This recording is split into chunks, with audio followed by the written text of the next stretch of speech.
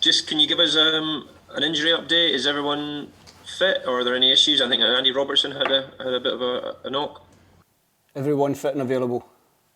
How has the performance and I guess the result on Sunday affected your thinking about your team selection for this one?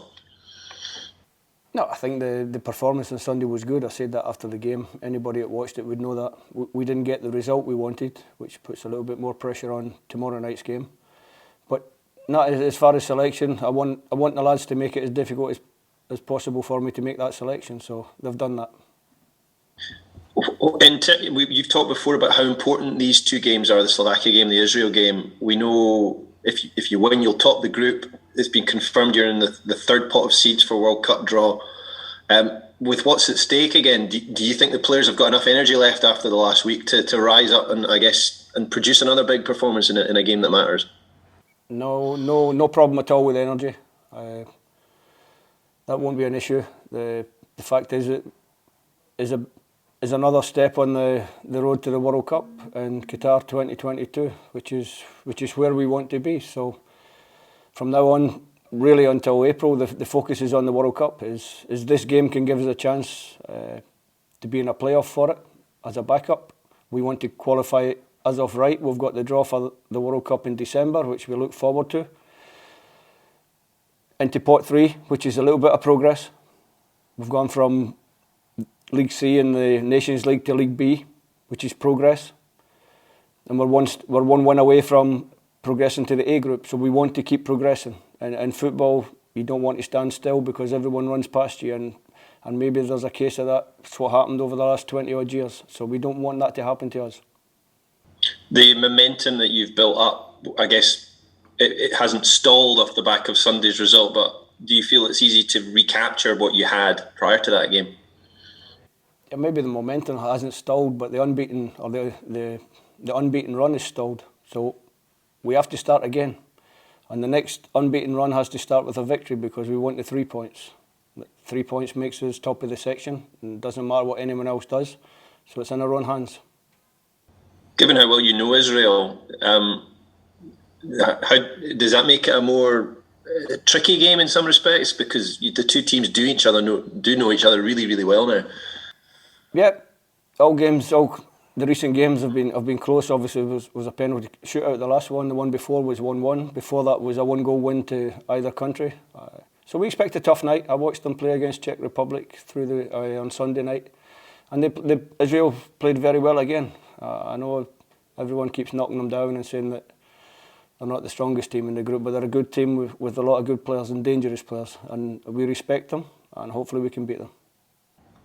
Steve, how would you sum up the importance of this match in relation to the Serbia match? Obviously that was very crucial, but obviously this one is just as crucial in terms of keeping that momentum, but also in relation to the World Cup qualification. It's just to keep the progress, it's to keep going. Obviously, as we sit here now, then we don't know what the group is in the World Cup. We don't know who we're going to be playing against, but we should be targeting a playoff place through the group stages. If we don't get it through the group stages and we've managed to secure the backup of the playoff place, then that would be great. So the players, some who have played in both matches, like Ryan Christie, Kieran Tierney and whatnot, do you have to manage them or do they have the legs to go again? Everyone trained this morning, everyone trained well, and like I said, everyone's fit and available. Steve, this is a potential game, I suppose, given what's at stake with the potential playoff place, but given the strength of character you've seen the boys produce over the last few games, you'll have no doubt that they can see themselves through this one as well. Listen, every game's different. Every game comes with its own pressure when you're representing your country. It doesn't matter who you're playing or what tournament you're playing in. Every game comes with that pressure. The players have shown over recent matches that they can handle the pressure, so they'll have to do it again tomorrow night. Is that strength of character something that can grow with the kind of experiences that the boys have been through in the last couple of months? Yeah, I would like to think so.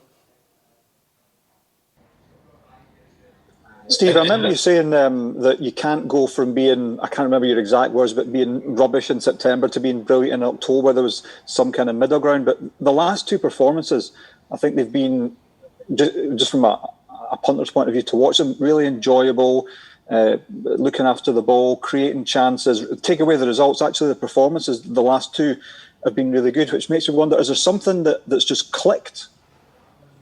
I think on the back of a long unbeaten run, you pick up confidence as you go along. The players feel more sure of themselves when they go on the pitch. I mentioned when I first took the job about international experience. They're picking up more and more experience as they go along, and they're starting to produce what we expect them to do on the pitch. They're improving all the time, and hopefully, and we're not getting carried away. We don't think that we're anywhere near the finished article. We have to keep improving. Absolutely, and given that if you do win tonight, if you get the promotion, you'll be going up against the elite of Europe, if you like, on a more regular basis. Is that something that kind of whets your appetite to be able to challenge yourself at that level? I think everyone involved in professional sport wants to challenge themselves at the highest level. We're no different, and I'm certainly no different. I would relish the chance to play against the top teams. And the under-21s, Steve, are playing today. Can I just get your thoughts on the next generation coming through? They may, if things go for them today, also have sort of a historic result if things go well, fingers crossed. What are your thoughts on the under-21s coming through? And have you got your eyes on any of them possibly for promotion to your squad? Obviously, I wouldn't be doing my job properly if I didn't have my eyes on the next generation, the generation coming through. I think first thing to say is to wish Scott Gemmell and the lads all the best for tonight. It's a massive game for them. It would be fantastic if on the back of the men's national team and the women's national team doing so well in terms of qualification, if the under-21s could join us in a major tournament, that would be great for Scottish football. What about them do you like? Sorry, just one last one. What do you like about what Scott's doing there and the squad that he's got there? I just like the progress that they're making. They're now competitive, and the group was not an easy group when you look at the teams in it. Czech Republic, Croatia, Greece is a tough group, and they're in a position to qualify. A lot of good players. I've had a look at some of them in our squad, in the A squad. I've had a look at some of them. They've been up. They've had a little taste, and hopefully there's a few more of them want to be involved. We'll go to Peter.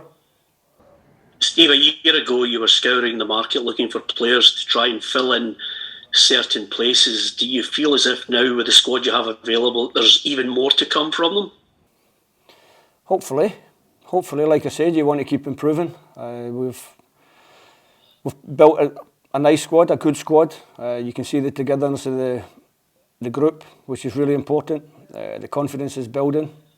But we lost the last game, so we need to work on the confidence. We need to win the next game and get ourselves moving again. Tell me about do you have a concern over the ability to try and get a couple of goals in a game, or do you see now from the evidence of the last game that now they're starting to create and it will click at some point? I think if you ask any football manager, they'll always say that if you're creating chances, the goals will come. And certainly we created chances in the last game. Listen, at international level, you're not going. It's very rare when you're playing against someone of equal ability that you're going to create 10, 12 chances in a game. You're going to create 3 or 4, maybe 5 or 6 if you're lucky, if you play really well. And then you have to capitalise on that. You have to make sure that you take the chances when they come, because as we learned on Sunday, if you don't take the chances, you can get punished. Have you sensed now, Steve, that change in the attitude, that growing confidence, that willingness for everybody to push themselves that extra yard because there is an added incentive now?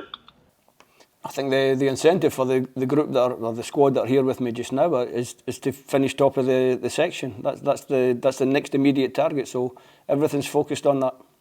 Go to Andrew.